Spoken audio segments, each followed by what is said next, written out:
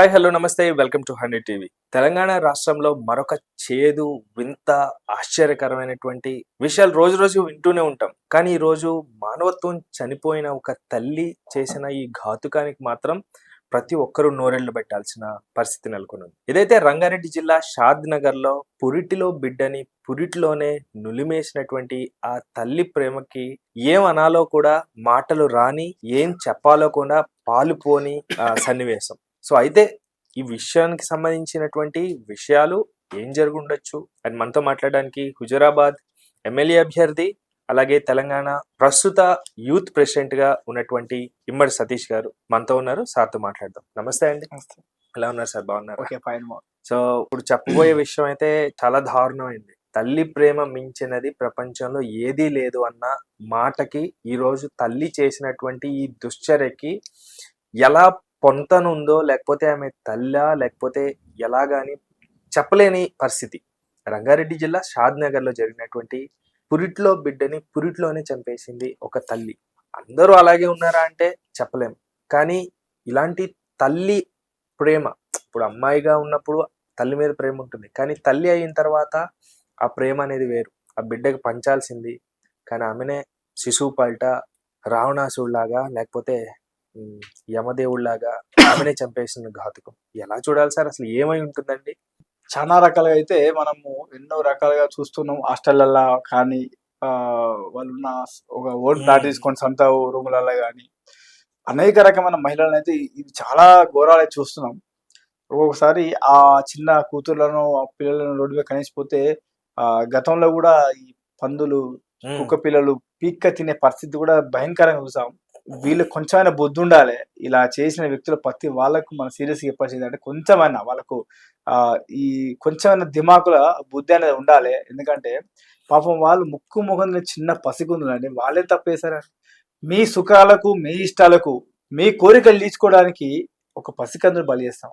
ఇప్పుడు పసికంద అంటే అంతవరకు రావడం ఎందుకు? అక్కడ తెచ్చుకోవడం ఎందుకు? వీళ్ళు కూడా ఇప్పుడు మీకు అంతగానో కోరికలు తీసుకోవాలనుకుంటే, మీకేదో లవ్ ఉండి లేకపోతే కలెక్షన్స్ ఉండి మీకేమైనా ఇల్లీగల్ అఫైర్స్ ఉంటే మీరు బయట చూసుకోవచ్చు కదా. అంత చిన్నపిల్ల అయితే ఇంతవరకు ఎందుకు వస్తారు సార్? ఇప్పుడు అంత బుద్ధి లేదా?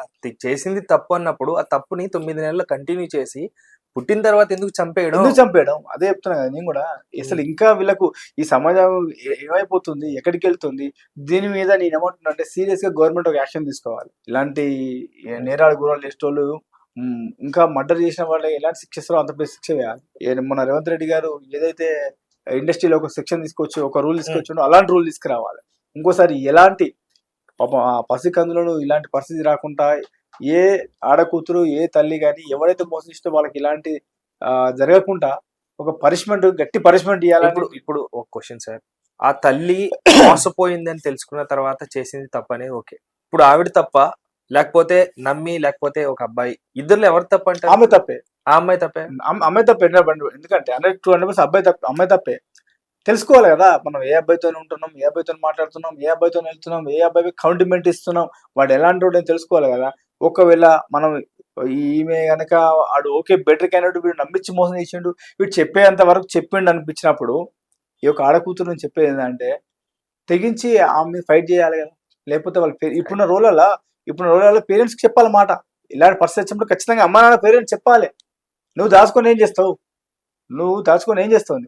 ఇప్పుడు చూడు ఇలాంటి పరిస్థితి వచ్చిందో వాళ్ళకి లైట్ అయిపోతుంది. ఈ రోజుల్లో ఇప్పుడున్న సమాజంలో చాలా మంది ఆడకూతులు చెప్పేది ఏంటంటే వాళ్ళు లైట్ అయిపోతుంది. ఇలాంటి సందర్భాలు చూసినప్పుడు తల్లిదండ్రులు వేరే బయటకు పంపించాలంటే భయపడుతున్నారు కదా. ఇలాంటి వాళ్ళు చేయబట్టి నిజమైన వ్యక్తులు బయట చదువుకోవాలన్నా, హాస్టల్కి పంపించాలన్నా కూడా, ఎక్కడ రూమ్ తీసుకొని వాళ్ళు సొంతంగా జాబ్ చేయాలన్నా, ఇంకా పై చదువులో పోవాలన్నా కూడా పంపేయలేని పరిస్థితి. ఇంట్లో అమ్మా నాన్న వాళ్ళ ప్రాణాలు అరిచేతుల్లో పెట్టుకుని బతుకుతున్నారు. అలాంటి పరిస్థితి లేకనే, అలాంటి ఇబ్బందులు అయితేనే ఈ రోజులలో వాళ్ళ చిన్న వయసులో ఉన్నా కూడా తొందర ఈ నా కూతురు పుట్టిందంటే పెళ్లి చేసి తొందర ఏ చేతులు పెడితే, ఒక అబ్బాయి చేతిలో పెడితే నాకు సంబంధించిన నా రుణం నేను తీర్చుకుంటా, నా కూతురు పెళ్లి చేసి కొంచెం వయసు రాగానే అంటే 20 సంవత్సరాలు 26 సంవత్సరాలు రాగానే ఆ అమ్మాయికి ఏదో సంబంధం చూసి, అమ్మాయికి ఇష్టం లేకపోయినా అమ్మాయికి ఇచ్చి పెళ్లి చేసి వస్తుంది. ఎందుకంటే ఇలాంటి దారుణాలు చూసి రేపు నా కుటుంబంలో ఇలాంటి పరిస్థితి జరిగితే నేను తట్టుకుంటానా, 10 మందికి చెప్పుకోలేను కదా అనే పరిస్థితి. సో ఇప్పుడు ఆ ఆడకూతురు చేసింది ఎంతవరకు నిజమో ఎంతవరకు కరెక్ట్ ఆమెకే అర్థం కావాలి. కాకపోతే ఏంటంటే దాని వల్ల ఒక పసికందు ప్రాణం పోయింది కదా, ఆమె లైఫ్ అట్టి ఆగమైనట్టు కదా. వాడిని తీసుకురమ్మను, వాడిని తీసుకొచ్చి గల్లబట్టి కాల్ గుంజుకొచ్చి, చేసా వాడు తీసుకొచ్చి గల్లబట్టి గుంజుకొచ్చి రోడ్డు మీద వాడికి శిక్ష వేయాలి.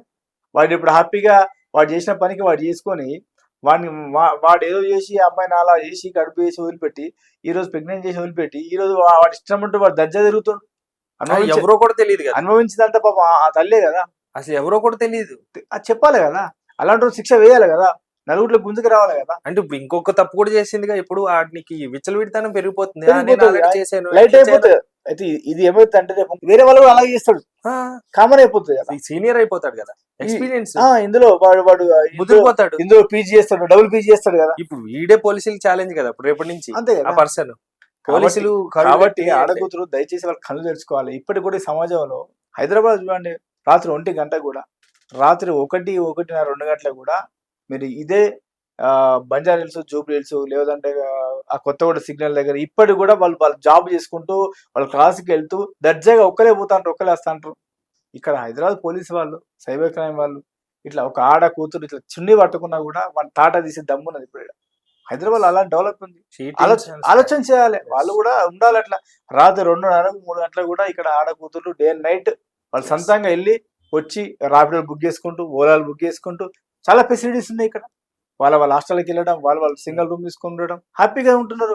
అలాంటి లైఫ్ అనుభవించాలని చెప్తున్నాను నేను. ఏంటంటే వాళ్ళు కూడా సొంతంగా బయటకు వచ్చి వాళ్ళు కూడా సొంతంగా ఆలోచన చేసుకొని వాళ్ళు కూడా ధైర్యంగా ఉండాలని కోరుకుంటున్నాను నేను. ఇప్పుడు ఇట్లాంటి ధైర్యం తక్కువ పని చేసేసి ఆమె లైఫ్ అట్టి ఆగం చేసుకొని ఒక పసికందు లైఫ్ ఆగం చేసి ఎంత పరిస్థితి. ఎప్పుడోసారి బయటకు వస్తుంది నిజం, ఎప్పుడోసారి బయటకు వస్తుంది. తను చేసిన ఆ మూర్ఖత పనికి ఎప్పుడోసారి బయటకు వస్తుంది. కానీ అప్పుడు తట్టుకుంటుందా ఆ పెయిన్, ఆ బాధ?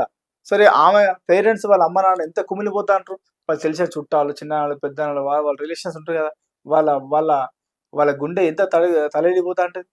సో ఆ మాట వింటేనే నాకు నరాలు ఇలా వచ్చేస్తున్నాయి. చిన్న పసికందండి, ఇంకా దీనికి ఇంకా అరికట్టేది లేదా?